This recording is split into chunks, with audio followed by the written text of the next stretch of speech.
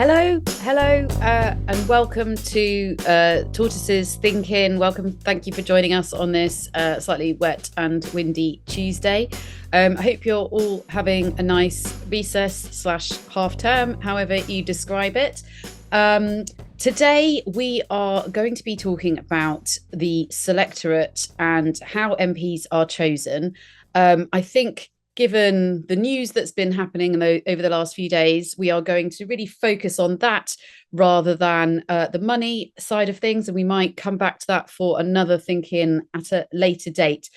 But because we have got some brilliant guests with us today, and because we have got so many interesting topics to discuss, I'd really like to encourage people to raise their hands during the course of the session and not just wait at the end, because it may well be that we don't have time to come to everyone if you do that. So I'm going to start by asking a question, seeing as we are here to discuss the selection of prospective parliamentary candidates, whether anyone has actually stood to be selected successfully or not in the past.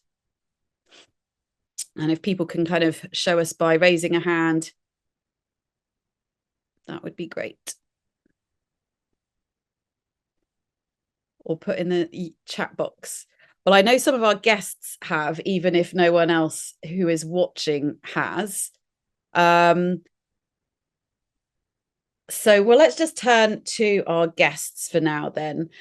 So we'll start with you, Luke, Luke Akehurst. And I think we're going to have to start by addressing the elephant in the room, which is, of course, Rochdale. So we kind of are given to understand that Labour's selection process has been throughout quite rigorous and quite tightly controlled. So what do you think happened in this case? Well, it's even more rigorous, or should be, in a by-election. Like, the interview that you get if you want to be a by-election candidate is a lot longer and tougher than an interview to stand in a general election. But we can't really legislate for people not telling us the truth when we ask the killer question at the end, which is supposed to expose all things that we're worried about that haven't come up in what we call due diligence. So we ask a question, which is there anything in your background, past or present, which could politically embarrass the Labour Party if it got into the public domain? And Azhar Ali clearly didn't give an answer that covered his remarks at whichever private meeting in Lancashire, where he said the things that his recording has now emerged of him saying. I don't think there's actually any way in which the due diligence process can find things that people have said in private meetings. It manages to find enough crazy things that people have written publicly on the internet, or very bad news stories about them that have appeared in the press, or things like from Companies House about directorships that have been struck off from or whatever, or things like their attendance record as councillors being rubbish. We find loads of stuff like that. But unless someone can suggest like a way in which we can have a fly on the wall at every single meeting that people attend, we're reliant on people actually just to have the good judgment not to put themselves forward if they're going to get ripped to pieces by their opponents or the media for things that they've said. And it's it's a horrible situation. It's bad for the people of Rochdale. It's bad for the Labour Party. It's bad for the Jewish community because it reopens a whole set of questions about anti-Semitism. It's bad for Azhar Ali because he's destroyed his political career, and it's bad for Nazir Rehman and Paul Waugh, who were the other two candidates who probably would have been on their way to being Labour MPs if they had won in the selection. There's no two ways about it. It's a really, really depressing and horrible situation, and particularly when you've got quite in different ways out there candidates. I'm going to be careful because one of them is very litigious, but when you have got George Galloway and Simon Danchuk running as well in the by-election, I mean, the whole thing is kind of like the circus has come to town. Yeah, I mean, I take your point that you can't necessarily always know everything that goes Hmm. on, but presumably one of the questions that you are putting to people, or some of the questions that you are putting to people, relates to their views on October the 7th and the subsequent conflict. No, I wouldn't say that unless that's changed since I don't think I've done one for a by-election since October the 7th. We certainly ask every candidate questions about the EHRC report and Labour and anti-Semitism. There's a standard question that everyone gets asked about that. But the problem is that as our public stances on all of that were extremely sensible. He was like, the reason why people like Louise Ellman said good things about him on Sunday is that he had been considered to be an ally of the Jewish community when it came to anti-Semitism, and had been very publicly outspoken during the whole kind of Corbyn era. Had said all the right things, so it comes as a very, very nasty surprise that privately he had said things that subsequently emerged and got him into a load of trouble. This wasn't some unknown candidate that people didn't know. This is a guy that had stood for Parliament twice, has got an OBE, has been on been on the Labour Party's National Policy Forum, leader of a council Labour group in a very large local authority. So people assumed that they knew everything about where he was coming from politically, and Do that you it think was that all then is the good. problem? Because just before we came on, there was also the story that has just broken about another candidate, Yeah, Graham Jones, who was caught, I think, at the same same meeting, meaning. Yeah. saying "F Israel," and has been very quickly, I think, suspended from. Obviously, he's not running in a by-election, so the issue's not quite as sort of difficult to navigate, but still he was a former MP. So do you think that in this sort of attempt to sort of, in your words, de-risk the candidates, that perhaps there are some candidates that you have been focusing more on than others, and whether they be from one part of the party as opposed to the other, or whether they be people that you, as you just say, you thought you knew better? Yeah, I think that there could be a criticism there that I guess as I'm someone that's professionally involved in the issue of Israel, so I'm acutely aware of people's positions on it, and I don't make the assumption that people that are on the same wing as the Labour Party of me, as the kind of anti-Corbyn wing, are all sensible on Israel as an issue. It actually cuts. It's not a straightforward left-right thing. There are people that are on the right of the party that are very anti-Israel, and occasional people on the left that have got the opposite perspective. But I suspect that other people that are not as closely involved in the whole issue of Israel and the Palestinians as me might make lazy assumptions that everyone that's, I don't know, pro the Labour Party leadership is going to have a particular stance on the Middle East conflict. I also think it's because feelings are so heightened, and people are under pressure from different communities about the stance that they're taking. It all everything that's going on in the Middle East is horrible to watch. That probably people are being less careful about their language and more likely to say things that could cause offence because of the kind of tension of the moment. I'm not sure that Azhar Ali would have said those things. It's no excuse because he did say them, and that's why he's not a candidate anymore. But my hunch is he probably wasn't saying things like that prior to the immediate crisis of the conflict, and it's kind of heightened feelings and made people say offensive things more easily. I mean, with your hat on as director of We Believe in Israel, does it make you worry that even though you have these quite rigorous processes, that people who say these things can get through and have gotten through? And therefore, what does that mean for Starmer's claim to have rooted out or be in, kind of very far down the road in rooting out anti-Semitism from the party? I mean, it doesn't wash, surely. Well, I've never used I've used phrases about rooting it out or having made a lot of progress. I don't think I've ever claimed that it's been got rid of, because there hasn't been a stop to, with my Labour Party hat on, to the disciplinary cases about anti-Semitism that I've had to sit on. It's slowed down. The big backlog has been dealt with. A lot of the worst people have been expelled or left the Labour Party because they didn't want to be part of a Labour Party that doesn't share their views. But it still exists as a phenomenon. I mean, I would add that whilst the biggest problem that we face in disciplinary terms is anti-Semitism, for a party whose foundational values are about equality and solidarity and social justice, I've sat there and seen cases where we've had to expel people for kind of every kind of prejudice under the sun, for anti-black racism, for xenophobia, for Islamophobia, anti-gypsy racism. That's before you get into other protected characteristics. There are people that, and I don't think it'd be limited to the Labour Party. I'm sure all political parties end up finding people in their ranks, including at quite a high level, who say and do prejudiced things, and we've just got to keep working away at it. And I'm not into declarations of kind of final victory over it, because life is not that easy. It's something that we've got to be constantly vigilant about. Okay, thank you. So I'd like to turn to Michael Crick now.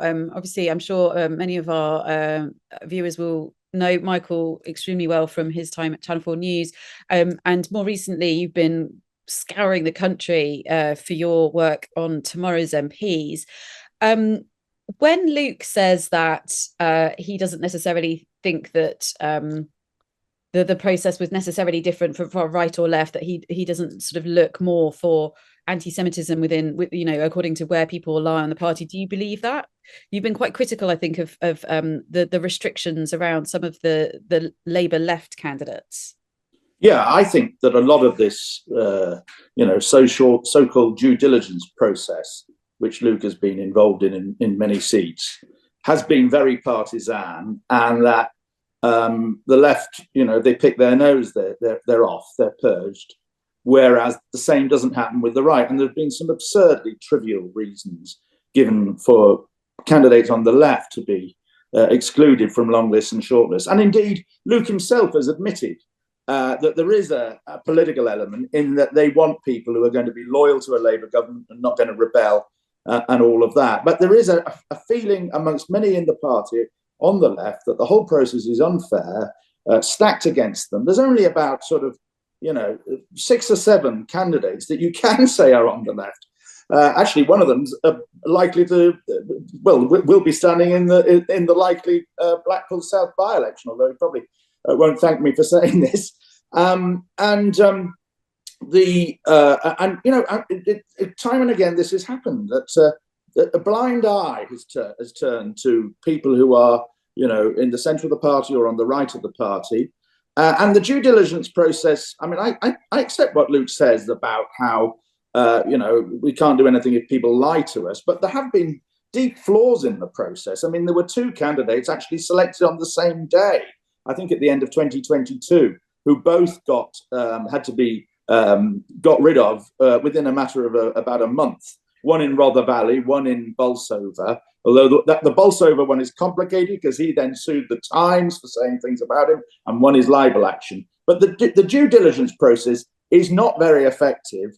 It seems to be based almost entirely on social media rather than going through newspapers. And it could be more effective. I'm a great believer in checks. I think the parties have done too few checks in the past, and that's why we've ended up with people like Jeffrey Archer and Nadeem Zahawi as MPs, and in the Labour case, Jared Amara in 2017 and Fiona Onasanya. The parties do need to do more checks. The trouble is, in Labour's case, it's been partisan.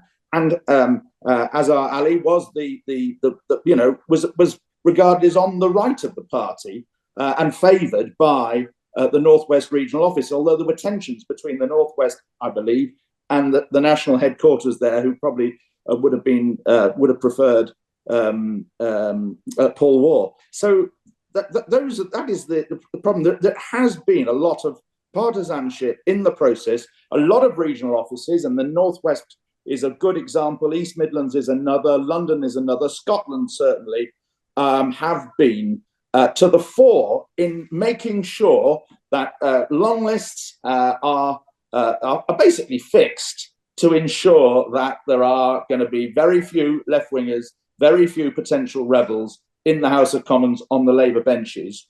And to my mind, and my own political background is on the Labour right as well. But to my mind, it's a mistake to have a party of one mind in the House of Commons. I think there's also been, and I know Robert will deny this, but I think there's also been quite an element of fixing on the Conservative side as well, to make sure that not many right-wingers, not many sort of arch Brexiteer types, the top people who've been causing trouble for many years now, are chosen on the Conservative side. And so actually you're likely to see in both parties, ironically, at a time when politics is polarising throughout the West, I think the House of Commons is going to be moving both parties, certainly Labour moving to the centre, and possibly the Conservatives as well. That's interesting. Okay, I will come to Lord Hayward to put some of these points to him. But first, Luke, do you want to just come back on this claim that you're fixing it in the favour of right-wing or moderate candidates? But yeah, I think I've done this debate with Michael before at the I've listened to some of them, which UCL or somewhere. That there's a due diligence process. There's also political decisions around long listing as well, because we don't just put everyone through that has reached a certain standard, because you can't have an infinitely long list. It also has to be gender balanced. So sometimes you are making political decisions, and I don't have any qualms about thinking that I would rather have a PLP full of people that are team players and are going to vote with the whip, and that are good campaigners, and that are enthusiastic about the agenda that the leadership has got for the next. Is it then? I mean, are you people that are going to try and undermine Keir Starmer or whatever? I'm not embarrassed about that. Are you assuming that I wouldn't even have put more rebellious?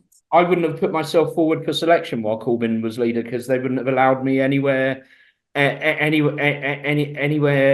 near it. And there'll be some people that they're so good that you want them in the PLP, even if they're going to be a bit rebellious. But we don't have some kind of duty to stack the PLP with people that are going to cause problems. And it's almost like it changes where the bar is set for winning the general election. Because if you're going to have people that are going to rebel hundreds of times in the style, I don't know, of Jeremy Corbyn, well, we've got to win extra marginal seats with moderate candidates then to ensure that we can actually pass our legislative programme. So but Luke, I'm infinitely relaxed about admitting that it's also a political process.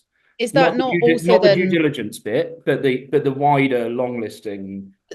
And the due diligence issue is one thing, and clearly already we've seen evidence that it is not perfect. But to sort of tip the balance away from left-leaning candidates, is that not anti-democratic? You're putting in front of people who then go on to choose the candidates your 2 or 3 options that have been pre-approved by your team, and therefore you are. So they're all getting a choice, which the Corbyn leadership didn't do. Quite a lot of times there were shortlists of one. We might have some shortlists of one coming up in what we call non-battleground seats, which is the 211 weakest ones, because we were kind of running out of time. Some of those will be contests between multiple people. Some of them won't. But I'm given that there were things like my memory is that Claudia Webb, who then turned out to have committed a rather nasty criminal offence, got Leicester East without any competition at all in the last general election. The left of the party are not really in a position to give the lectures that they used to give for 30 years about Sure, in but terms not of all left party candidates democracy. So have committed crimes. Okay, well, let me just turn then to Lord Hayward. Now, firstly, Lord Hayward, would you just like to respond to Michael's claim that it's being fixed? Because my understanding was that actually the way that the Conservatives run their selections process was rather more atomised towards local associations. It is very heavily. I have sympathy with what Luke said at the start in relation to candidates who get on the list. I've chaired a large number of selections, and the process in terms of the final shortlist, which I handle or other people handle, is very much give the role to an outsider, but the decision is taken by the members of the association in a way that I think the Labour Party doesn't. Up to a point. There's also there are attempts, and there have been attempts, no question about it, to influence the nature of the candidates who are put forward. That particularly occurs, and the examples that have been referred to, like Claudia Webb and Jared O'Mara, etc. The problem really comes in the rush just before a general election, because the vacancies arise, and that's the point at which the party headquarters think they probably can have most influence on our side, because the shortlist is imposed in some form or another. It's very much more time limited. Having said that, not only are the members very strongly the people who are there and will decide, but also what is also striking is that anybody who is known to be a CCHQ favoured candidate, it's the kiss of death for them. And I can think of a fair number of selections which have taken place where immediately the word had got out, oh, well, this is the favoured candidate. Then that really was the end of that particular person, because it's a rare experience, and the local voters are going to choose. Going back on one other element that was touched on, there's no question that both parties have made errors in one form or another. You can look at some of the by-election candidates or some of the general election candidates that we've made over the years, and they have either been ditched or not campaigned for in different circumstances. So, yeah, every party, and it's not just the Conservative and Labour Party, the Lib Dems, last general election, the SNP actually dropped a candidate during the general election campaign. So it's a problem that all parties face. And I agree with Luke. I don't think you're ever actually going to be able to solve the problem, but there can be some changes to enhance things. It's interesting there that you're sort of talking about the sort of membership choice versus the CCHQ choice. So the by-election, or one of the two by-elections that is happening this week, is in Wellingborough, where Peter Bone was recalled following allegations of bullying and misconduct. I mean, the two things on that front. Firstly, I would say, several of the examples that Michael gave earlier were about candidates who went on to be MPs who then it was seen were not perhaps fit to hold that role. Peter Bone did not become an MP in the snap election. He was elected several times over, and yet his behaviour was still found to have fallen short of that expected of a representative. So is there something kind of fundamental about the type of people that come to put themselves forward for these roles? And secondly, and perhaps more usefully to discuss for this context, I was in Wellingborough last week and spoke to several people whilst I was there. There were a lot of people who have voted Conservative but would say they wouldn't this time round. And one of the reasons that some of them put forward was because they didn't like the fact that the candidate being put forward was Helen Harrison, who is his girlfriend. And there was a suspicion that it was a fix-up and so on and so forth. I gather that this was, again, a members' issue rather than CCHQ. So do you think that was a sort of, kind of fingers up to CCHQ, or kind of what do you get any sense of what went on there? No, picking up the type of person you referred to earlier on, I feel sorry for the vast majority of MPs of whatever political persuasion they are, because sadly a small number attract a lot of attention, and I think it's fair to say that the vast majority of MPs do actually do throughout their parliamentary careers a very effective job, whatever party they may happen to be in. And I don't This I don't parliamentary think term it's has a not been a question. good one. Sorry? This parliamentary term has not been a good one for that. No, it hasn't. In part, that's because a new system has been introduced. And I welcome that in part, although we'll see whether the system actually has beds down and all the rest of it. Because I can think when I was an MP, there were a number of people who might have been subjected to the Standards Committee now and may have faced problems. In relation to Wellingborough itself, as you say, that's a decision of the local association. Helen Harrison has been doing the rounds in terms of selections in other constituencies, and therefore it came as no surprise when she actually was chosen by the local association. I understand what you're saying about the impression, etc. But as I say, Helen has been doing her rounds for a number of constituencies, not well before Wellingborough. Michael, do you think this is a case where a CCHQ imposed candidate would have had more luck persuading the wider voter base? Well, I've not been to Wellingborough to test opinion, unfortunately, but and that may well be. I mean, it depends who CCHQ had imposed, or whether they've, had run the selection in the normal way without Helen Harrison. I mean, the Sunday Times alleged I think it was October, in fact, last autumn anyway, that that Peter Bone was and he denies this, by the way, but the allegation was that he was going to stand as an independent if the Conservatives didn't choose Helen Harrison. And so that threat, whether it was genuine or the fear of such a threat, may have played a role in this whole selection. And we'll see what the outcome is on Thursday. Although I suspect the result would be the same anyway. I think from the outside, it looks to me like it's going to be a Labour gain, which will be some consolation after the events of Rochdale for the party. Yes, but I mean, partly I think that's also, a reflection of the fact that there's very little Conservative campaigning going on there or in Kingswood. Lord Hayward, you're former MP for Kingswood. Are you disappointed that there's not more activity in your old seat? I mean, I know it's going fairly soon, but would you like to see more of an effort made?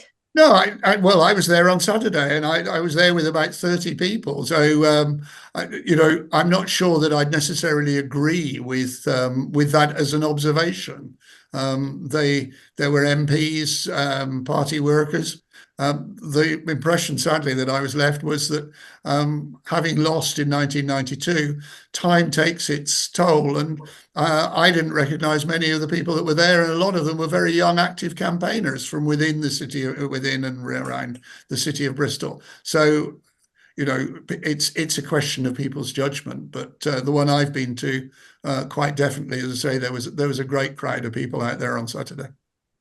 And just switching focus for a second, there has been quite a lot of criticism of the fact that Richard Holden, who is now the Conservative Party chairman, he's due to lose his seat in the upcoming boundary changes, and in the position that he's in, is now able to perhaps, pick a safe seat should he choose to. I mean, do you think that's a likely outcome? Do you think that there should be some kind of system around how that happens? No, given that Richard has already been longlisted for a seat and not got it, and one of the other people on the long list was Stuart Andrews, who's a minister, and he didn't get it either. I think it comes back to the decisions of the local association, which are very firmly, and Michael has expressed a view very strongly in these circumstances, that there is an overemphasis on being the local candidate. But no, it's an attractive story to write.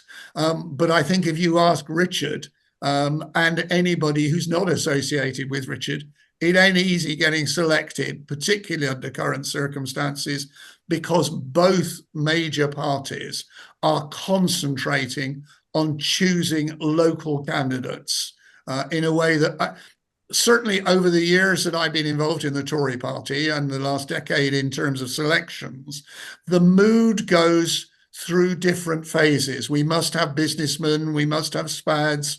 We don't want SPADs in a month of Sundays. We're now willing to have SPAD. So there's phases that it goes through. But certainly, as I say, I think Richard will find it difficult, not because he's a poor candidate, but because, as was indicated in the seat that he went for, that a lot of associations are concentrating on the local candidate.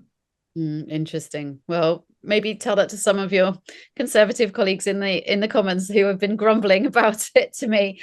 Michael, on a slightly related note, you did mention Paul Waugh earlier, but I just want to pick up on the point that Robert was making there about the sort of focus on locality as an issue, and just kind of seeing several of my sort of former lobby colleagues trying and failing to be selected. Paul Waugh, most noticeably in Rochdale. Seb Payne has tried at a few places. I think there have been some other former journalists trying. Do you think it is the sort of push to localism that is kind of edging them out, or is there something else at play there? Well, I think the push to localism is hugely important.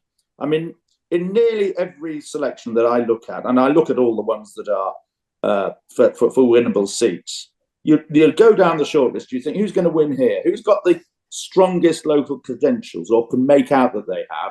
And they nearly always win. And this is, in stark contrast, I think, to 30 years ago, where it was quite possible for a bright SPAD type person or a rising star to just go around the country, and often they'd go around in sort of packs, going from one seat to the next. One of them would win and the rest of the pack would move on to somewhere totally different. That doesn't really happen now. 2/3 of the people selected are either councillors or have been councillors, although in a lot of cases it's clear they've only just joined the local council, one suspects, in order to improve their CV. On the journalist front, there are several, one from each party. Seb Payne, Conservative. Paul Mason has failed a couple of times to get a seat, my former Newsnight colleague. And now John Sweeney is trying for a Lib Dem seat. He's tried once, he's got a couple more in the pipeline, I'm told. Also John Hess, who is former BBC political editor for the East Midlands, is right now in contention for Rushcliffe, Ken Clarke's old seat. But the whole selection is actually been rather absent of stars. I mean, Eddie Izzard, the comedian, tried a couple of times in Sheffield and Brighton. The only real star that would mean anything, I think, to the public is James Cracknell, who is the Conservative candidate for Colchester, the former twice, I think, Olympic gold medalist at rowing. Although the people in Henley, the Conservatives in Henley, where they're selecting in the next few days, there's a lot of grumbling there that he would have been a far better candidate for them in Henley, but the Henley process got delayed, and so he went off to Colchester, which he might well lose. So lack of star names. But then, having said that, star names often don't do very well as members of Parliament. Luke, you're nodding there.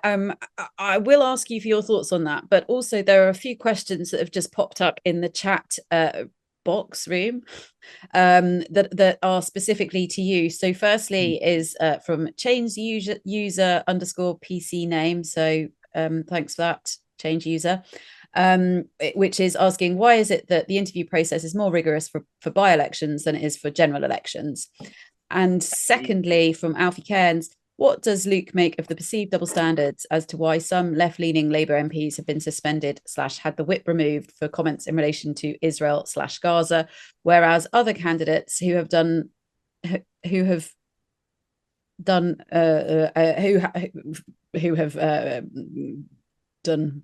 things, it says criminally investigated, but I'm not sure that's the case here. Neil Coyle is the name that's mentioned. He was investigated for a drunken racist outburst. Is this just the leadership stamping out left-wing figures rather than doing what is democratically the right thing to do? Okay, so the first one, why is it a different process for by-elections? Because the level of media scrutiny is 100 times higher, because it's one election happening with one set of candidates rather than 650, and the media can't possibly look in as much detail at all of the at every candidate in a general election. I mean, they can have a good try, but a by-election, you're really putting yourself up to have every aspect of your life and your politics combed through by lots and lots of journalists and by your opponents. And there's more at stake as well, because a by-election can change the political mood in a way in which individual seats in a 650 up election don't. And then the thing about double standards, well, I'm not sure that the MPs that are from the broadly from the pro leadership wing of the party that have been through really difficult disciplinary processes would feel that they got an easy ride. I mean, for instance, Neil Coyle was out of the PLP for a year and a half. Nick Brown has left the Labour Party as standing down as an MP. He was the chief whip. You can't get much closer to the leadership than being the chief whip. And actually, there's a lot of chitter chat. Is that the right phrase? In the PLP, of a feeling that all MPs are being picked on, and that it's not that applies equally to people on the moderate wing of the party. The reality is that we have a disciplinary process now that has a whole load of independent checks and balances in it, because the EHRC signed off on that. So every decision that an NEC panel takes is checked by an independent lawyer and can be vetoed if we've broken our own rules or shown bias in any way. And then all of the ones that require witness evidence, if it's anything to do with a protected characteristic, like a harassment case or a racism case or whatever, they're not judged by politicians, by NEC members. They're judged by an independent panel, which includes like a lawyer and an HR professional. And but are those individuals party affiliated? I mean, are those individuals? No, party they're not. members, the chair is some kind. We don't even know who's on those panels. I don't, as an NEC member, know who does the independent panels, because it's so that they can't be got at. The chair is some kind of Labour Party grandee. I'm assuming a peer or something. But the lawyer and the HR professional are not Labour people. They're people that put themselves forward to do this for all kinds of different organisations. And all of our disciplinary process is subject to regular legal challenge. So you get into all this stuff about which things are Article 10 protected philosophical beliefs. Every time you have a debate about whether people have said things to say about the trans issue that are offensive, we get a debate about, is this Article 10 protected? And it ends up in court. So we can't do things that are biased or unfair, because we would burn hundreds of thousands of pounds worth of Labour Party members' money in losing court cases if we were found to have done anything in our disciplinary process that didn't pass independent scrutiny. I mean, just to pick up on one of the things you say there, and I have to sort of confess a personal interest in this case, because I know the one of the individuals that was involved in this. But to say that sort of Neil Coyle has effectively served his time, having been out.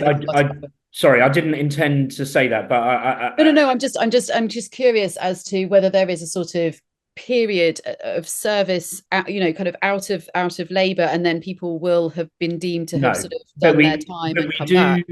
But we take into account time spent administratively suspended. So often the party will administratively suspend someone to protect the party's reputation while an investigation and a disciplinary process happens.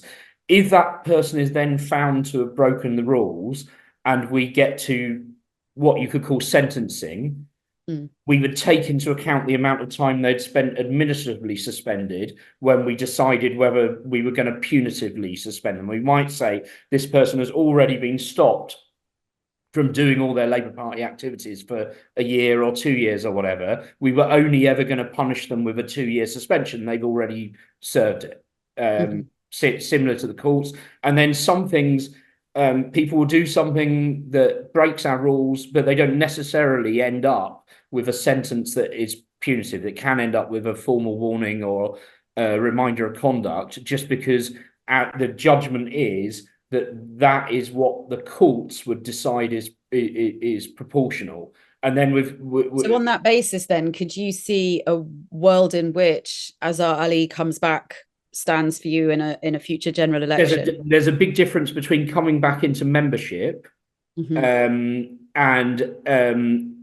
being allowed to stand in an election, because we can stop people from standing in elections because we make the political judgment that they have exhibited poor political judgment, or that they would embarrass the party and lose us votes. That isn't the same thing as necessarily as breaking the party rules and then serving your time and coming back. It's breaking the party rules is one of the things we would take into account, but it's we could also just decide we don't think this person is the right person to represent the Labour Party. Politically, that it's not a good idea for them to. Okay, so that sounded like a long way of saying he's not going to stand for you. I don't want to prejudge any case involving any individual, because fine. On the disciplinary side of stuff, it's quasi-judicial, and I've got to be really careful not to prejudge the cases. Okay, fine. Look, sorry, was someone? I was just going to say, unless you fought a by-election, you cannot appreciate the scale of attention that is paid to you. As Michael knows, I have, if you measure it under ordinary circumstances, the sad record of having the largest anti-government swing ever. And I was the Tory candidate in Christchurch. And in those days, the candidates of all parties faced a daily press conference, which was attended by 25, 30 journalists. The journalists were posted in those constituencies. Now, the pressure is not the same now, but it is. You cannot imagine people who fought general elections say, oh, it's by-election. You know, it is not the same. It is incredibly difficult. And the Tory party have, and it comes back to a theme that I picked up with Michael, and I noticed Luke was nodding, in by-elections, short notice, and the notice goes out that people have to show that they're, in general, that they have to show they have a connection with that constituency. So that narrows down the selection very quickly. Now, that didn't happen, has only been a relatively recent introduction, but it is, there's no question that by-elections are a very, very different animal from a general election. Sorry, Michael, did you want us to come in there? I think one of the mistakes that Labour may have made in Rochdale is rushing the whole thing, perhaps through fear that Galloway might gain momentum. I mean, the logical thing for Labour would have been to have held the by-election in Rochdale on local election day at the start of May, instead of which they broke the convention that you don't start hostilities before the funeral of the former MP, which in this case, Tony Lloyd's funeral is on Friday. They broke that convention, although I admit it has been broken a number of other times in other places in recent years. But if they'd been a bit slower about choosing a candidate, then it's possible that stuff might have emerged about Mr. Ali. Certainly, people were sort of feeding me stuff that I just didn't have a chance to follow up. But it's possible that the haste that this was all done led to the problems, and Labour didn't have to do it that quickly, and that was the point I wanted. As for by-elections, they're pretty tame these days compared with 1993, when I was in Christchurch reporting on Robert's by-election every day for Newsnight. The BBC barely cover by-elections these days. In fact, the media cover by-elections on a much less scale than they used to. And the parties, if they have a weak candidate, they hide them from the media. They never allow them to be interviewed by journalists. And indeed, when I was in Rochdale last week, I got the impression that Azhar Ali was regarded as one of those weak candidates, and I wasn't allowed to speak to him, even though I already knew him. So they're not what they used to be. I wish they were, but they're not. I think that's interesting. I think it's also not just necessarily candidates that aren't considered strong enough, but perhaps where they recognise that there's nothing to lose and nothing to gain and only something to lose. Because Kim Leadbeater by-election in Batley and Spen, I think she was kept quite far away from media until after she won, and I don't think she's exactly a shrinking violet. She's certainly someone that is able to sort of put herself across, I think, quite well. So it's maybe the sort of Boris Johnson school of thinking. Don't subject yourself to scrutiny when you're winning. Well, with her, I was told by the Labour press officer lied to me that she wasn't available at all, and she had a complete string of engagements all day. So I went out to find her, and I did find her in the street, and she gave me a long and rather good interview. Oh, there you go.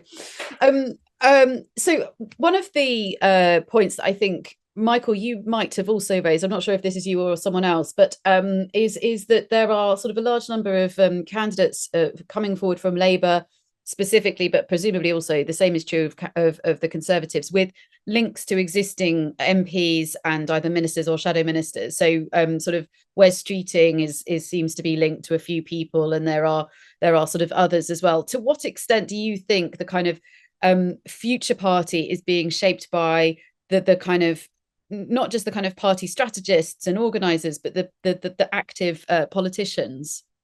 Well, I think this has always been the case, that, but I think perhaps nowadays there are more people employed in politics as advisors, people from think tanks, SPADs and so on. The number of political professionals in this country is in the thousands compared with the hundreds a few decades ago. So inevitably, more of the candidates have a background in politics. They will have worked for existing members of parliament or ministers or shadow ministers. The interesting thing on the Labour side is there's about more than a dozen candidates who are related to other candidates or other prominent politicians. Far fewer, actually, on the Conservative side, which you might have expected the other way around. You'd think that Conservatives were more pro the hereditary principle on the Labour side.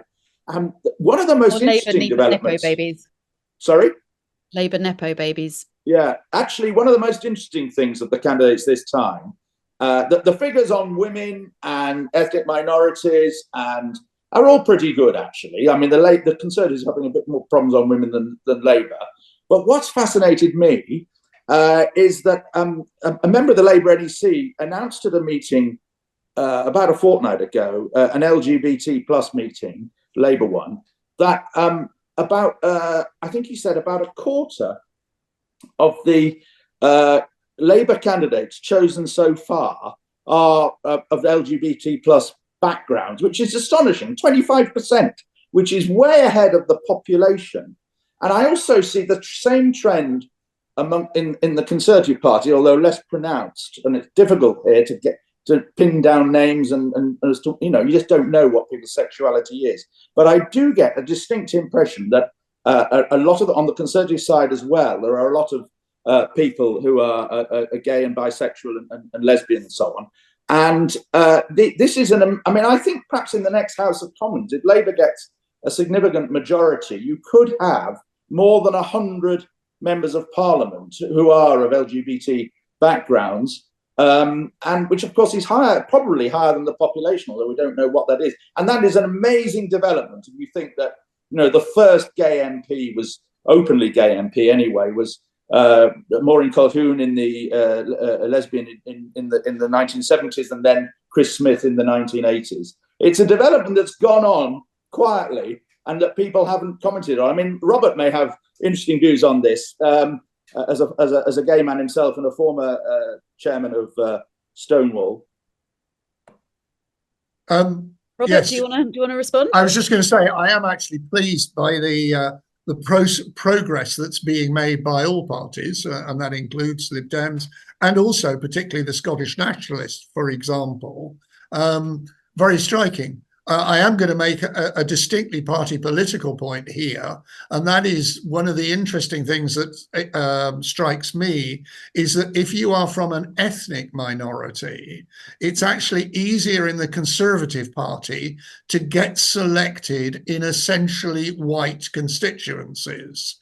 And I note Luke's not nodding. I did a series of selections in quick succession a few months back, and I finished the four in a row, one was an Asian female, the next one was a gay guy with his husband sat in the audience, the next was a white female, and the next candidate was a black male. And those were, with the exception of the first one, constituencies that were overwhelmingly white and distinctly middle class, Conservative held seats. So there is a dramatic change taking place in terms of selections. And it's taken place, certainly in the case of LGBT, unseen, unnoticed generally, but also in the ethnic minorities. I must admit, as I say, it's a party pre-observation, but I am proud of what the Conservative Party does in terms of its selections in essentially white constituencies.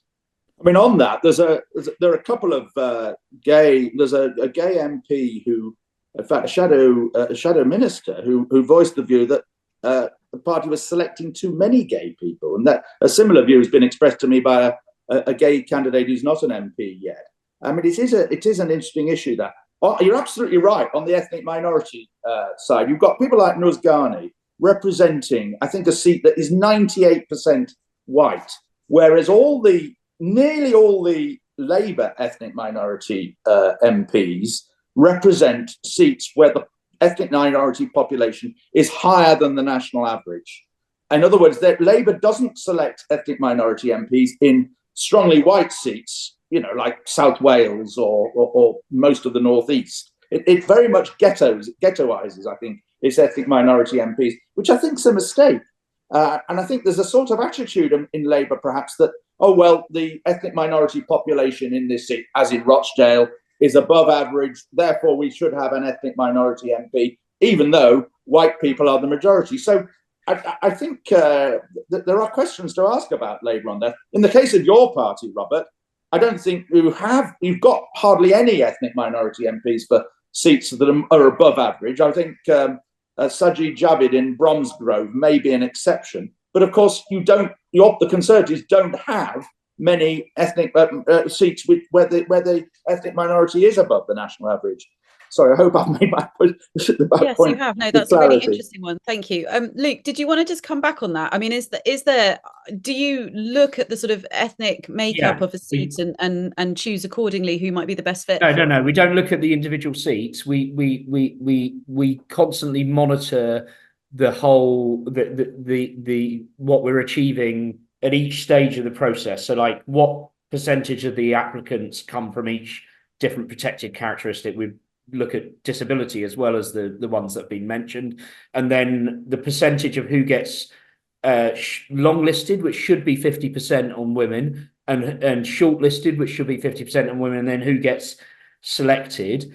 And I would say, as an NEC, we're very self-critical about areas where we're failing. So an obvious area where we're not doing that well is specifically about Afro-Caribbean men, that we don't have enough There's only been like 3 or 4 black men as opposed to Asian men in ever as Labour MPs, and we're not yet getting enough selected. There's 1 or 2 exceptions, like Bayo Alaba, who's excellent in Southend, who's just been selected, but that's a problem that we're trying to address, and maybe we'll end up having to look at the late selections where the NEC has more control to tackle that. We're happy. How do you do that? I mean, there is a question that's just popped up. How can we attract younger, more thoughtful, as well as diverse people to stand as MPs? But taking this specific group of people, how do you get more Afro-Caribbean men into it? In the final knockings, the NEC, when we move to late selection procedures, the NEC does the shortlisting rather than the long listing, so we can make sure but there are the candidates there. They're just not. We can make sure that those good candidates, that they're not getting through in the earlier stages of the process where the local parties have got more control, that at the end, when we've got a bit more central control, that we do things to redress diversity issues that are a problem. We're doing pretty well on women's representation, which is a huge and very welcome surprise, because we thought that was going to take a knock because of not being able to do all women shortlists.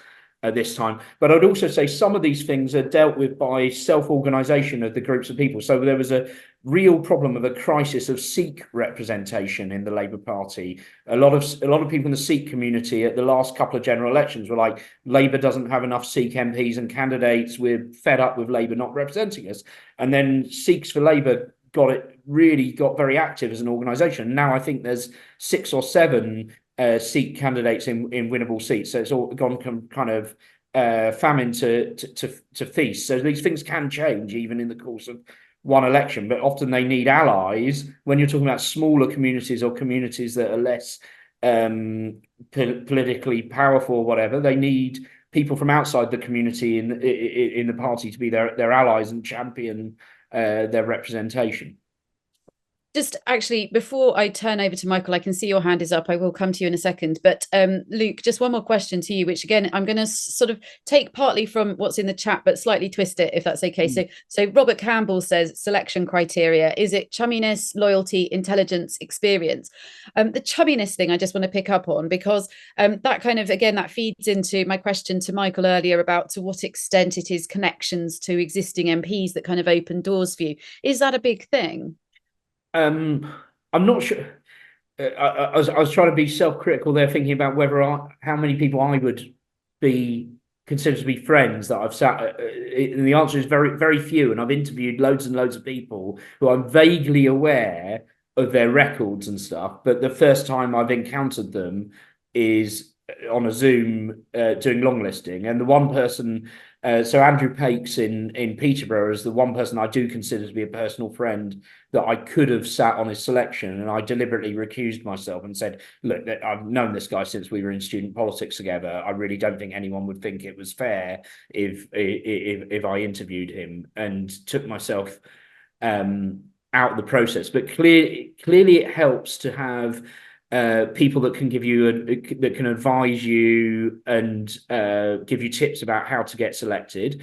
One of the things that I try to do is like an open door policy, that anyone that contacts me, then I will give them half an hour on Zoom where I talk them through the process, and I don't operate any kind of filter on that. If you'd be happy to accept my advice and you're wanting to seek selection in the Labour Party, I give the same set of advice to everyone. But it's also a way of me kind of getting to know who the people are that are applying. But yeah, it'd be daft to say that it wasn't helpful to be well networked. But that's part of being a politician, is to get out there and network and build alliances and get to know people. You need to be able to do that in the House of Commons, and it's part of getting there as well. Sorry to just interrupt, but I think Robert Campbell's got his hand up. George, do you want to throw the mic over to him so that he can have his say?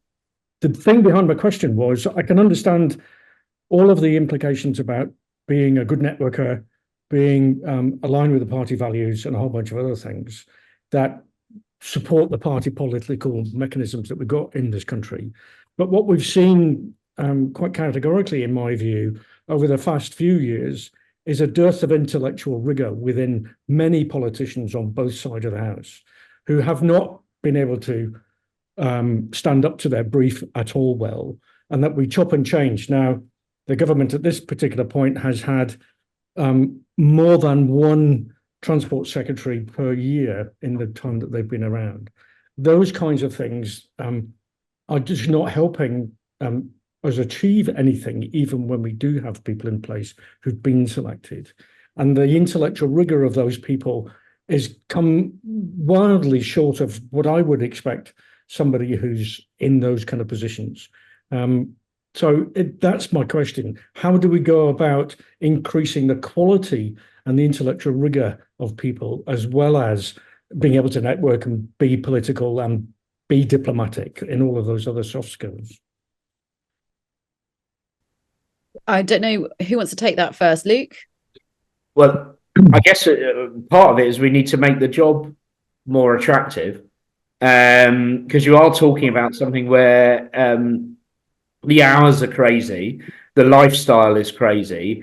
The pay is very nice from the perspective of an ordinary member of the public, but not really competitive with top professional jobs.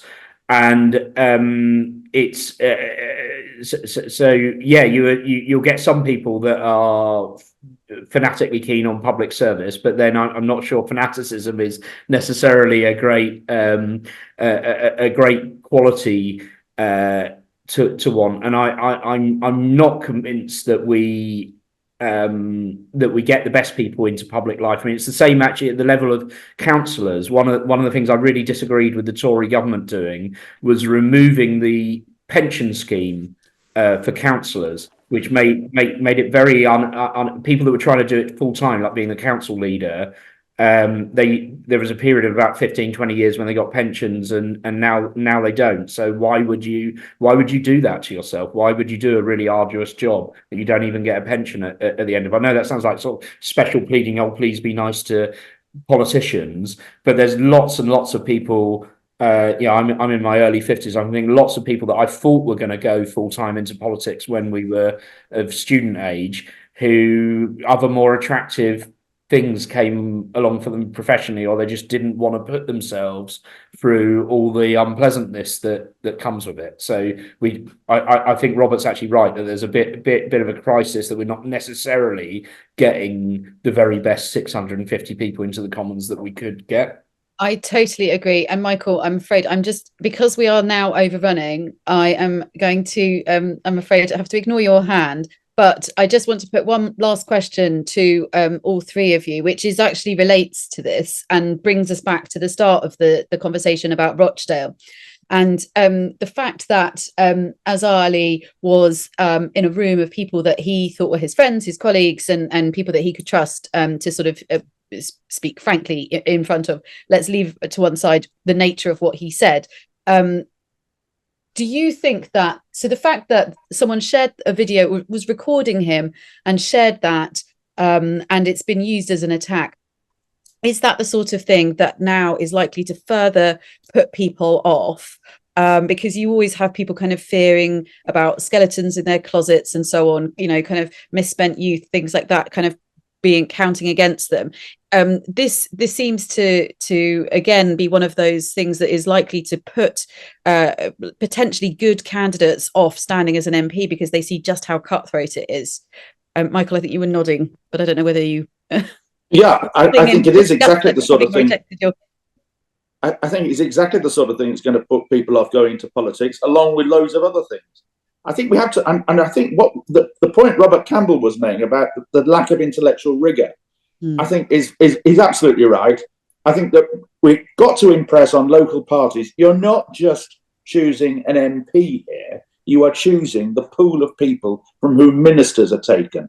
And if you choose nothing but local people, and you and people with councillor backgrounds, you are excluding a whole load of able, talented, bright people. And we need the best and the brightest in our politics right now. There's all sorts of other reasons why people aren't going into politics. The cost of it, the fact that it's regarded, as a contempt.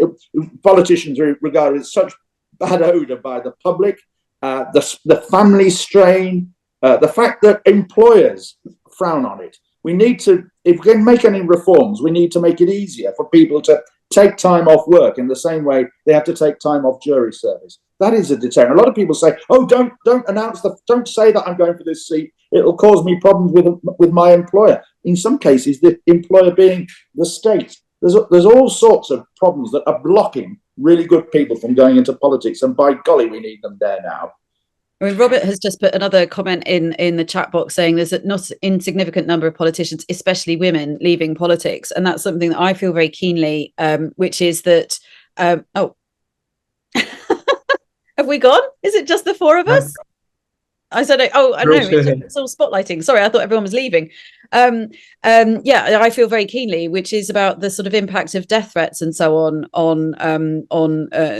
there's no way that I would put myself or my family through that. And it does feel that it is something that is, I mean, obviously men get death threats as well, but it does seem to be particularly targeted on women. And the sort of dark days of sort of, let's say 2016 to 2019, kind of weigh heavy on, I think, a lot of people, both, you know, kind of MPs and journalists as well. I see there is one question. No, oh, George is shaking her head. Sorry, Paul Wheeler, it's too late. I thank you so much to everyone for joining us this evening. Thank you, Luke. Thank you, Michael. Thank you, Robert. I appreciate you giving up your evenings, and Luke, especially for dialing in from your family holiday in Italy. I'm so sorry. Go back to your family immediately. It's dinner time, so I need to. Everyone else, thank you so much, and we hope to see you again for another Think In. As I said at the start, we did basically decide to just focus on the selection process for this rather than money. So we will do another Think In where we focus on money in politics, because that's such an important topic. I just wanted to do it proper, dedicate a proper full hour to that topic. So thank you again, and go off and enjoy the rest of your Tuesday nights. Thank you. Bye.